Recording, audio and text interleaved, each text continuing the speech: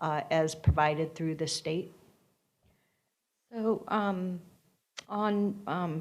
Friday the 29th, the governor announced a $30 million investment to protect agricultural workers and secure Oregon's food supply chain. And some of those funds did go to worker safety. So that included also, I think it was 1 million face masks and 5,000 gallons of hand sanitizer. And that was distributed through, some of that has already been distributed through the EOC to the farm workers. In addition, we have been distributing cloth face masks, as well as some of the organizations that we've been partnering with. And then you may remember hearing about the KN95 face coverings. We also have a large supply of those that we're distributing. So I think between the governor's new program, some of our work, and some of our great partners, we are working really hard to get the face coverings out there. In addition, this provides some funding, $10 million for agricultural housing, workforce housing. Those funds will go to the producers, and they can use it for hotels or other alternative housing reimbursement. And then there's a separate $3.5 million allocation that's separate from this that can go directly to farm workers. And this just came out Friday. So I know there's been a lot of email discussion, especially with Maria at Central Cultural and others, to understand how can we help the farm workers access these funding. And there's other resources in this $30 million allocation as well. Thank you very much. Mm-hmm. I know it's a group effort, but you're one of our point persons, so I'll just congratulate you and everyone collectively to get us into phase 1, and hopefully we'll be able to get into phase 2 safely in the coming weeks. Thank you. It has been a community-wide effort, so Yes. we appreciate it, everyone. But it really exemplary from the staff, because your early estimates were that it could take us through mid-June, and you all worked extremely hard to advance that so that businesses could reopen sooner rather than later. So thank you for all that extraordinary work. Thank you. I'll pass that on. Thank you. All right, we'll move on to the next item on our agenda. And today we're going to be proclaiming June 2020 as LGBTQ Pride Month. So this is a group effort. So I'll kick it off. Proclamation. Board of Commissioners for Washington County. A proclamation in honor of LGBTQ Pride Month. Whereas the battle for dignity, equality, and personal safety for lesbian, gay, bisexual, transgender, and questioning people is reflected in a tireless commitment of the LGBTQ community, as well as dedicated advocates and allies who strive to forge a more inclusive society. And whereas President Bill Clinton on June 2, 2000 declared June Gay and Lesbian Pride Month to commemorate the June 1969 Stonewall Uprising in Lower Manhattan, and on June 1, 2009, President Barack Obama expanded the commemoration further by declaring June to be Lesbian, Gay, Bisexual, and Transgender Pride Month. And whereas LGBTQ Americans, including those who live in our local communities, face hate and discrimination simply for being who they are and for who they love, and there remains such work to do to extend the promise of our country to every person. And whereas the landmark, I should say, Supreme Court decision of 2015 guaranteeing marriage equality in all 50 states was a historic victory for the LGBTQ Americans, and continues to affirm our belief that we are all more free when we are treated as equals.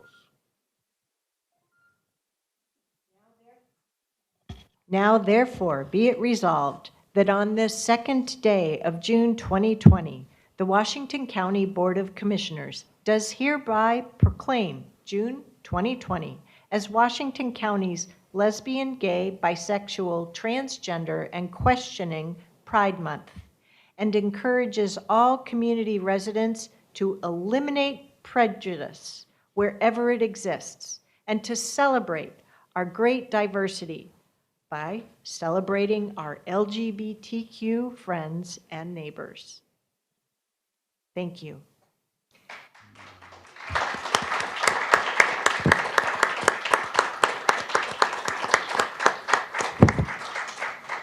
And now to commemorate, well, first we've read the proclamation, but we need to adopt the proclamation. Do we have a motion to adopt this proclamation? I move to adopt this very important proclamation. Second. We have a motion and a second. All those in favor, please vote by saying aye. Aye. Any opposed? The motion carries unanimously 5-0. And now, Commissioners, I invite you up to take a celebratory photograph. And for any members of our attendants who would like to join us in this photograph, practicing physical distancing, or at least with your face mask, since it's a very short time period, please join us in the front.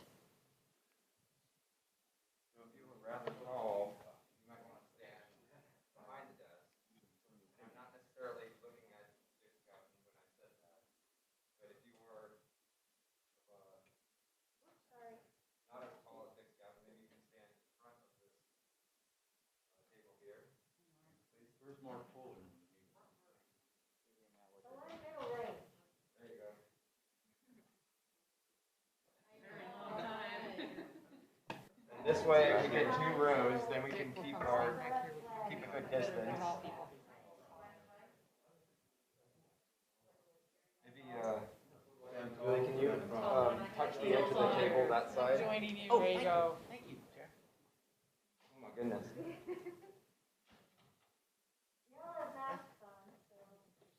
That looks great. Okay, what do you think, Elizabeth?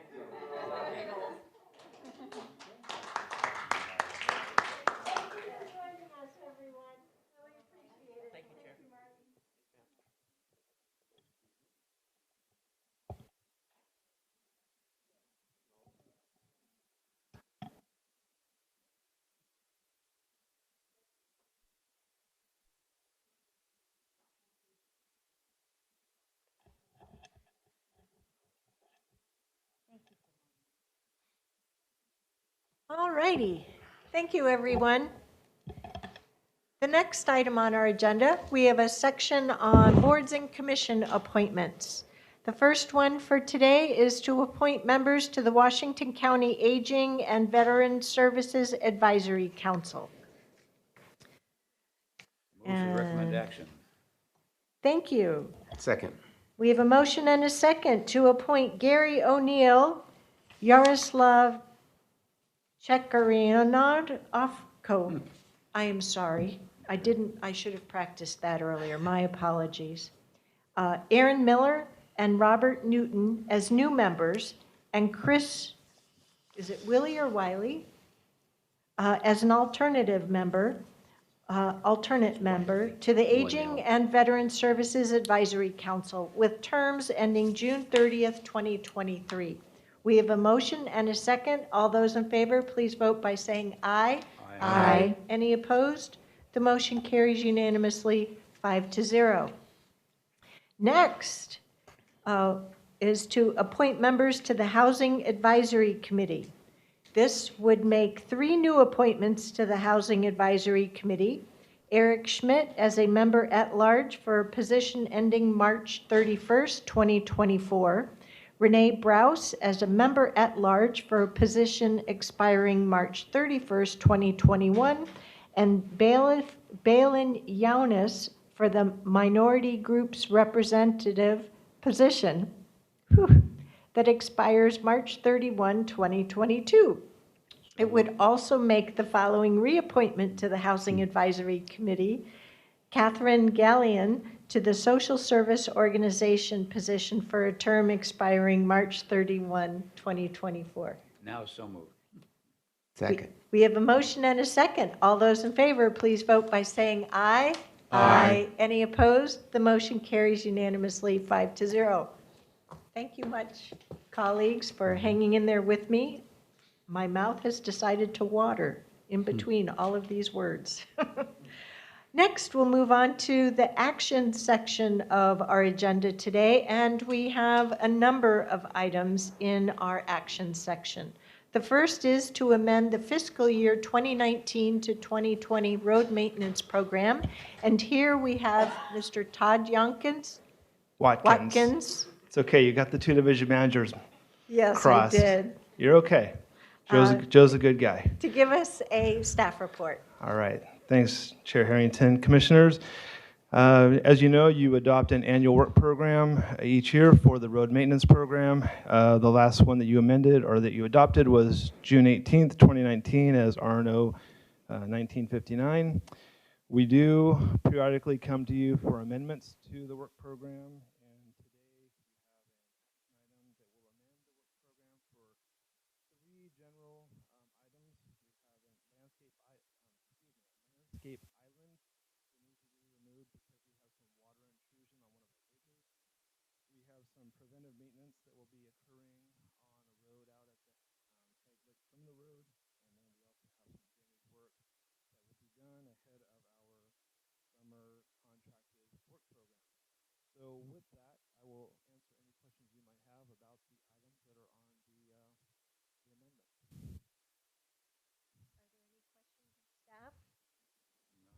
Seeing none, do we have a motion to approve the resolution and order adopting the proposed amendments to the fiscal year 1920 road maintenance program as described in Exhibit 1? So moved. Second. We have a motion and a second. All those in favor, please vote by saying aye. Aye. Any opposed? The motion carries unanimously, 5-0. Thank you. Thank you. The next item on our agenda comes from the Office of Community Development to approve the substantial amendment to the 2019 Action Plan, which includes the amendment to CARES Act funding and to award project agreements to Community Action. And we have a staff report. Good morning, Chair, Commissioners. I'm Ann Hawkins with the Office of Community Development. And my purpose here before you today is to present some changes that we need to make in order to enact CARES funding. You've had massive discussions with that amongst yourselves and in front of groups regarding these CARES Act. We've received direction from HUD as far as the amount of monies that are going to be available to formula grant programs. Those programs available through our office include the CDBG funding, as well as the ESG funding. CDBG funding has been allocated in the amount, of $1,311,034, and ESG funding in the amount of $662,721. If you could go to the next slide, please. Thank you. The home program did not receive additional resources. However, we were given the ability to go ahead and reallocate funds.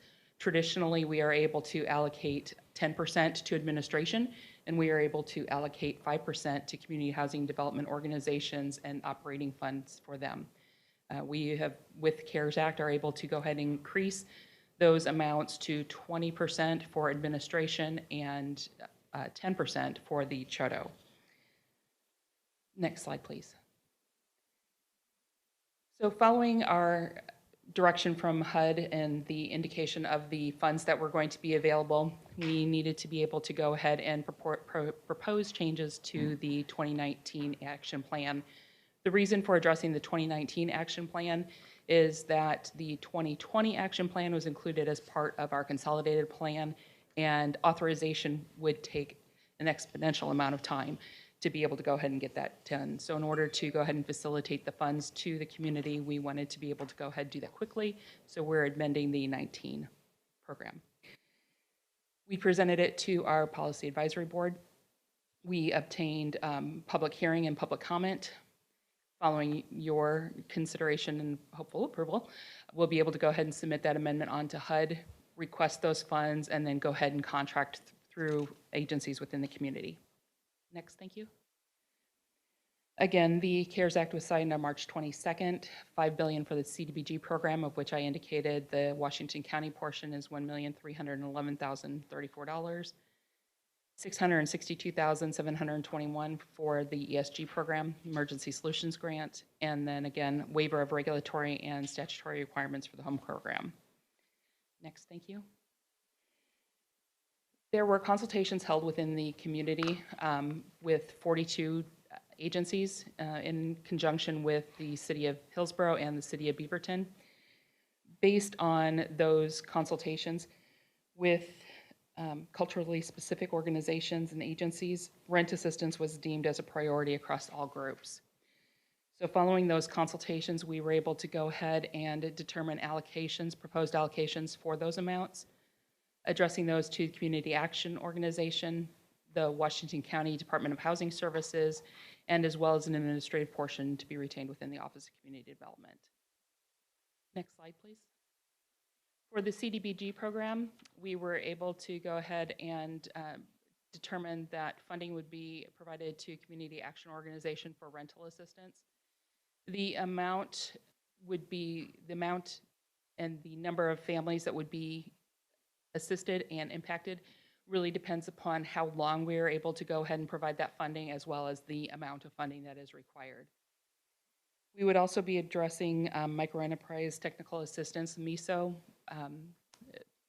with Adelante Mujeres, as well as MISO over a 2-year period, assisting 80 businesses annually over the period of time, assisting 160 businesses, and as well as an administrative portion for that. Next slide, thank you. With the home program, it was determined that accepting 20% for administration was excessive. Rather than going through and taking more money than it actually costs to fund the program, we elected to go ahead and take enough just to make that program whole, so that we weren't having to pull that from other county sources or other department sources. So by increasing it just to make that amount, it changed the program year of 2019 by $69,000, and by the program year 20 of $103,000. We have 2 Tier 1 CHOTOs within the county that obtain community development organization operating expense support. That is Bannistar and SEPA. Those funds are provided in order to assist them with the development of a home program within 4 years. And by providing them with additional funds, they are able to go ahead and reallocate their resources to assist them with the additional expenses that they have incurred as a result of these COVID expenses. By bringing the amount up to the agencies, we asked them, what are you able to do? We didn't want to give them more than what they were able to expend. They're able to expend these funds from the time that it was enacted, March 27th, through the end of this calendar year for project year 19. Bannistar's indicated that they would be able to utilize an additional $25,000, whereas SEPA indicated they'd be able to use an additional $38,755. So between the increases in the allocations for the project year 20, as well as the additional increases for project year 19, the entire amount would be $321,984 going toward these additional expenses. Next slide, thank you. There were 4 sections of the action plan that have been recommended to be addressed. The first is the executive summary, consultations, including the 42 agencies that we were able to have a conversation with regarding the needs in the area, the expected resources to address the increase in the COVID as well as the CDBG COVID funding as well as the ESG COVID funding, and the projects that we would be able to support based on that previous slide that we had given you. Next, thank you. So upon approval by the board, we would go ahead and we would submit the substantial amendment to HUD. We would begin contracting with the selected agencies, then we'd be able to go ahead and distribute funds to those agencies. So at this time, I'd answer any questions that you may have. Commissioner Scouten, did you have any questions? No. Quick Commissioner comment, Miller? I just, I really appreciate the fact that you evaluated your administrative costs and reallocated those. I thought that was a really positive message. So good job on that. Thank you. Thank you very much. So I just want to amplify for our community members who may be reviewing the material that's available online or see it enumerated here today, the funding that this is speaking to as allocated through the CARES Act is a different fund than the coronavirus relief fund that is later on our agenda. Correct. But this is substantial money, about $2 million. And what these charts show us is how those dollars will be put into action here in our community.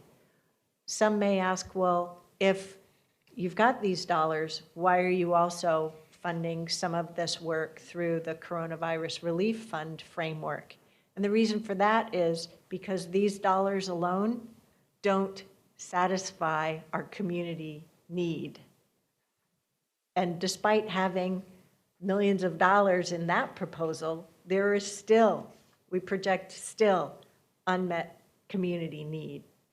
And we've been utilizing our expert team members to make sure, how can we use these dollars? Would they be effective? Would we be able to put them to work within the required timeline?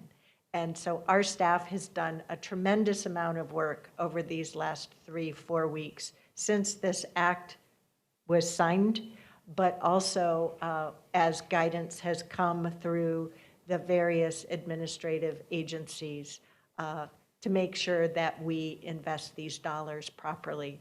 So thank you very much for doing all of that work and taking us through this proposal. Chair Harrington, thank you for that clarification. I think that's an important clarification. But I also want to say thank you, and thank you to Jenny, everybody. This has been a very thoughtful process, and I know that the HAB board appreciates it as well. So thank you. May I make one quick comment? It's been a period of time now since I've been involved on the Policy Advisory Board, but I was on the board a long time, and the programs that it runs, in particular the CDBG programs, have really proven their value and worth over time and invest a lot of discretion locally. So I was really pleased when I first heard some months, well, I guess it's already been a couple of months ago, that Congress made a decision to funnel some of the relief money with respect to COVID through the CDBG and through the Emergency Solutions Grant Program. I think that was a really good policy decision to make. So, and we've had, in years past, where we've had cuts to deal with. So in all of this darkness, it's nice to see a little bit of light and some additional funding for these programs. It is. Thank you.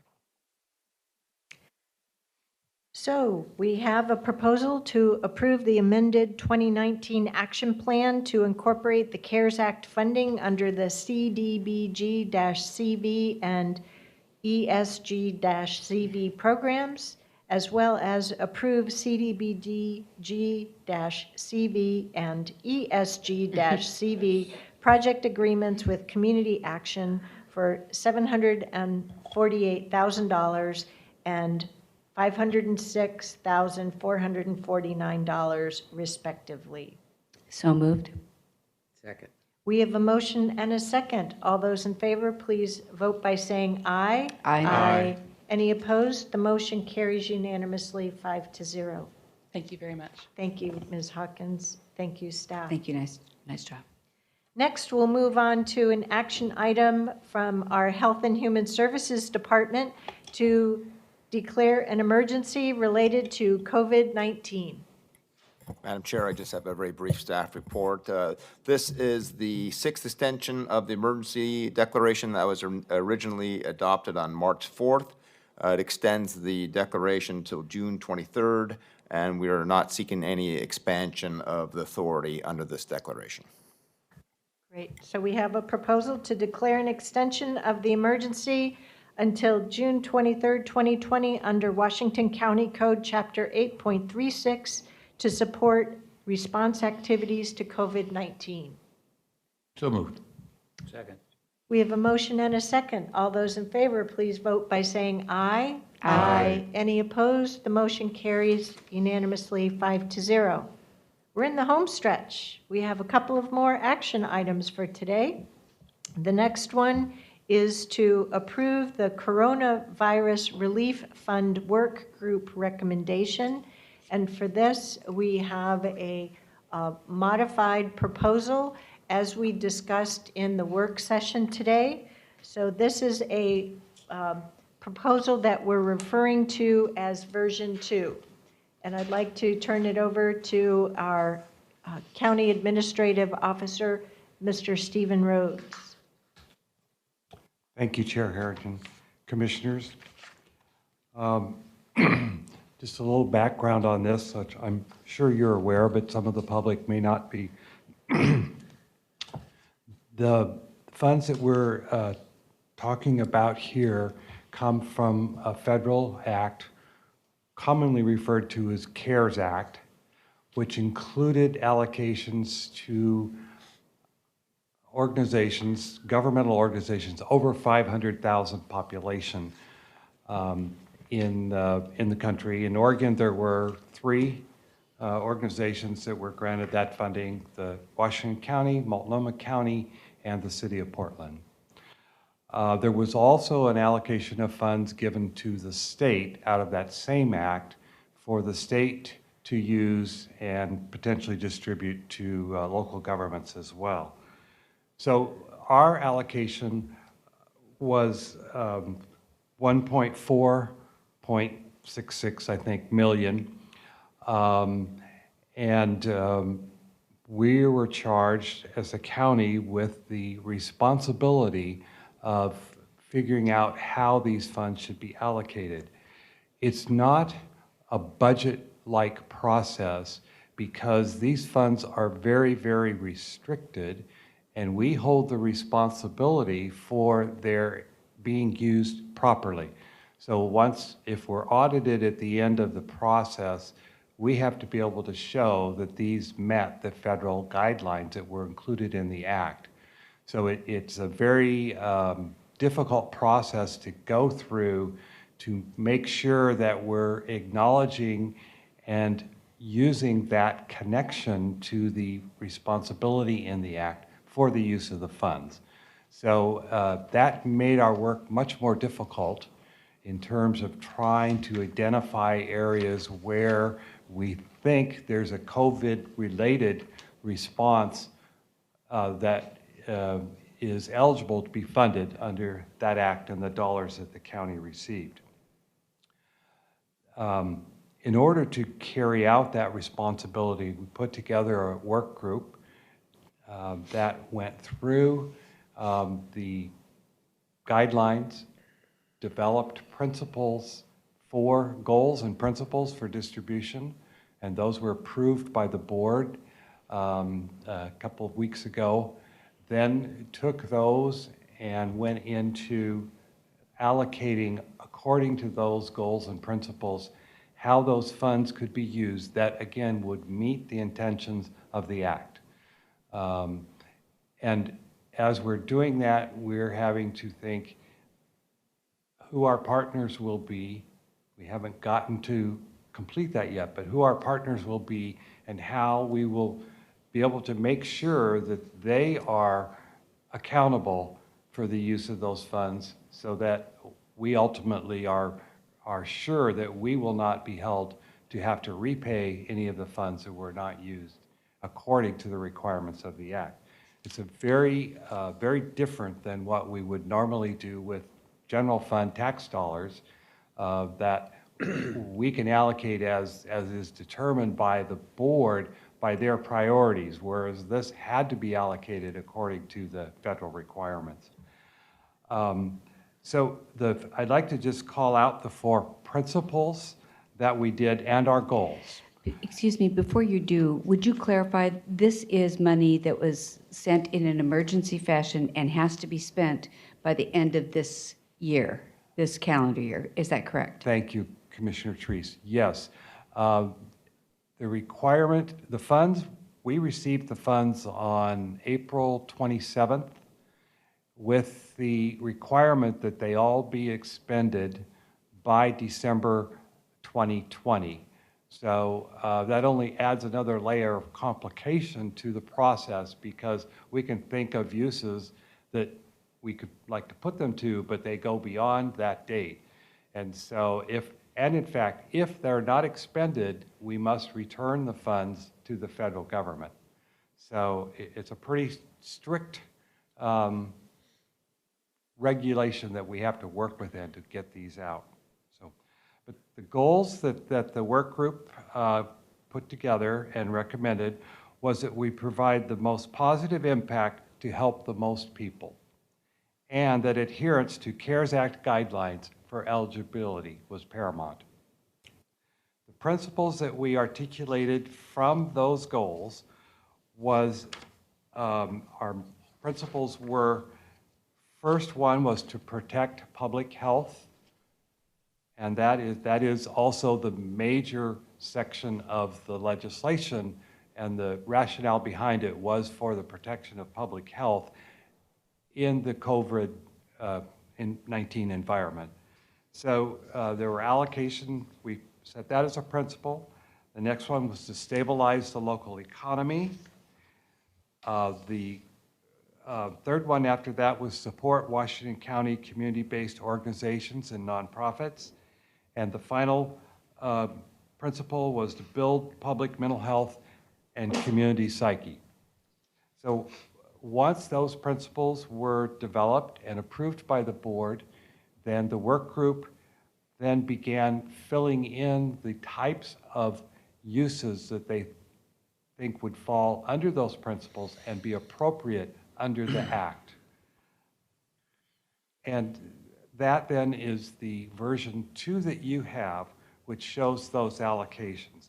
And rather than go through them bit in detail, since the board has already had an extensive study session on these, I'll just highlight the principles and the amount of funding that's allocated to each principle. The first one, again, is protect public health. And the work group is recommending to the board that $64 million be allocated to protecting public health. And that includes items such as the county's response to the crisis, providing support to the community, public health support, doing all of the contact tracing that we're going to have to do, retrofitting facilities to meet the spacing requirements of the Act, and those kinds of things. So, and that $64 million is 61.15% of the funding. I might point out that allocation also includes funding for cities and their efforts in the COVID crisis. It stabilized local economy. We're recommending $26,757,500, or 25.57%. And that includes items such as small business grants, assistance to child care providers, and providing countywide stable housing. The next principle and funding amount is support Washington County community-based organizations and nonprofits. And there's $5,250,000 or 5.02% of the funds being allocated there. And that will go again to support our community-based partners and the work that they're doing to support their communities in responding to the COVID crisis. And the final principle is build public mental health and community psyche. And we're allocating $1 million to that, and that's 0.96% of the dollars available. And that would be to provide support for community events that will help people as they seek to recover from the crisis, and provide perhaps programs that will help people in that process. And then we allocate $7.5 million to a contingency, since, as we know, the dollars are changing almost daily in terms of what we have, and we think it's prudent to reserve some funds to meet the needs that haven't yet been articulated or discovered. And that totals 7.17 million of the dollars. Pardon me, 7.17% of the dollars. And it adds up to, we're just short of the total allocation, but it's about 99.85% of the total funds available. I would like to, before I turn to questions, would like to acknowledge the people who were on the work group, who spent many hours going beyond their regular duties, helping put this together. And first and foremost is the chair, Catherine Harrington, and Commissioner Roy Rogers, who gave more of their time than they're already giving to the county to help us work through this process. And then the staff involved were Alan Rapplier, Elizabeth Mazzara Myers, who I have to say has done yeoman's work as the staff for this committee. I've never seen anybody turn a spreadsheet around as fast as Elizabeth can do it. So she may be a competition for Jack.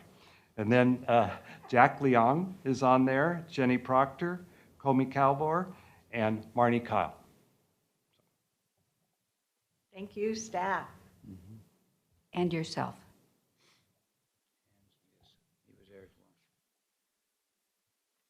Commissioners, are there any questions? No, I just add the further comment, if I may, Yes. on the, in that list of fundings that Mr. Rhodes listed, just specifically two, there's about $10 million that's set aside for cities and for a couple of our very largest special districts, Clean Water Services, Tualatin Hills Park and Rec, and Tualatin Valley Water District, and TVF&R. There's the proposal, I believe. For discussion purposes, Madam Chair, I'd move that we approve version 2 of the work group recommendation. I think that's all we need to do today. Second. We have a motion and a second. Are there any additional commissioner comments before we take a vote? Thank you for all who were singled out in particular, but for everyone who's worked on this, and deeply appreciate it.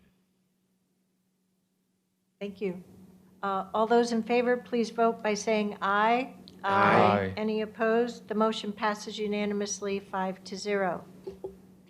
I'd also like to thank Mr. Rhodes for the explanation of the process that we went through, and also the distinguishing factors between this money and our regular budgeted money. And I'd also like to call out the fact that it might be confusing to people, since we just went through our budget process last week as well with public meetings. So I appreciate the time that Mr. Rhodes took to explain that. I did a good job. One other quick thing that, for our city partners who may be listening, is that when we say these funds have to be spent, literally the cash has to go out. So for any of you who order supplies, you know that those come after you order them. We can't do that. We've got to physically spend the money. We can't use it for capital outlay items such as roads or buildings, other than minor accommodations. So it's a challenge. It sounds like a nice challenge to have for a lot of people, but it's a big challenge. And it's been an incredible experience responding to this COVID-19 crisis in our community. So we appreciate that our federal delegation in Congress is providing assistance to our state and local communities, but please know it's not enough. This is helpful, but across our region and across our state, we still have a great deal of hardship going on in our community, and we stand in partnership with you to try and ensure that we have additional resources to help our community recover from this health and economic crisis. Thank you. Next, we'll move on to our last action item for today's agenda, and that is to approve the COVID-19 legislative principles. Do we have a staff report? I know we have these in our packet. We went over them in our work session last week. Staff is here if we have any questions, or if you would like a staff report. Are there any questions? Move for the recommended action. All right. Second. We have a motion and a second to approve adding COVID-19 legislative principles as addenda to the board-approved legislative agenda. All those in favor, please vote by saying aye. Aye. Any opposed? The motion carries unanimously 5-0. Thank you for being on hand for us. Okay, so onward we go to the second oral communication section of our agenda. Mr. Moss, do we have anyone signed up? We do not have anyone, Madam Chair. All right, thank you. After that, we have board announcements. Catherine, before we jump into that, Kevin, how many people were watching this meeting, either Zoom or I understand it's on YouTube as well? So at the High Point, Commissioner Willie, on Zoom, we are up to 26 people chiming in a computer, and 8 people on YouTube as advised by staff. Which is kind of amazing, isn't it, that we never had that kind of attendance personally, but they can access us through the internet, and I think that's a significant addition to the services. So, yeah. So for board announcements, I'll announce our upcoming meetings. We'll continue our work session later on this afternoon. Then on Thursday morning, we have a roundtable. Next Tuesday, June 9th, we have an extended work session most of the day. Then the week after that, June 16th, we'll have a work session that starts at 8:30 in the morning and a board meeting just like today at 10 a.m. Once again, here in this room, but also brought to you by the county streaming on YouTube as well as Zoom. And then on June 23rd, we have a work session that starts at 2 in the afternoon as we have a board meeting that evening starting at 6:30 p.m. You can watch it on the streaming YouTube platform, or you can also participate and watch on the Zoom platform there as well. Oh, thank you. This Friday, June 5th, we have the Clean Water Services budget meeting. It will be here in the Public Services Building and brought to our community on the YouTube streaming channel as well as on Zoom as well.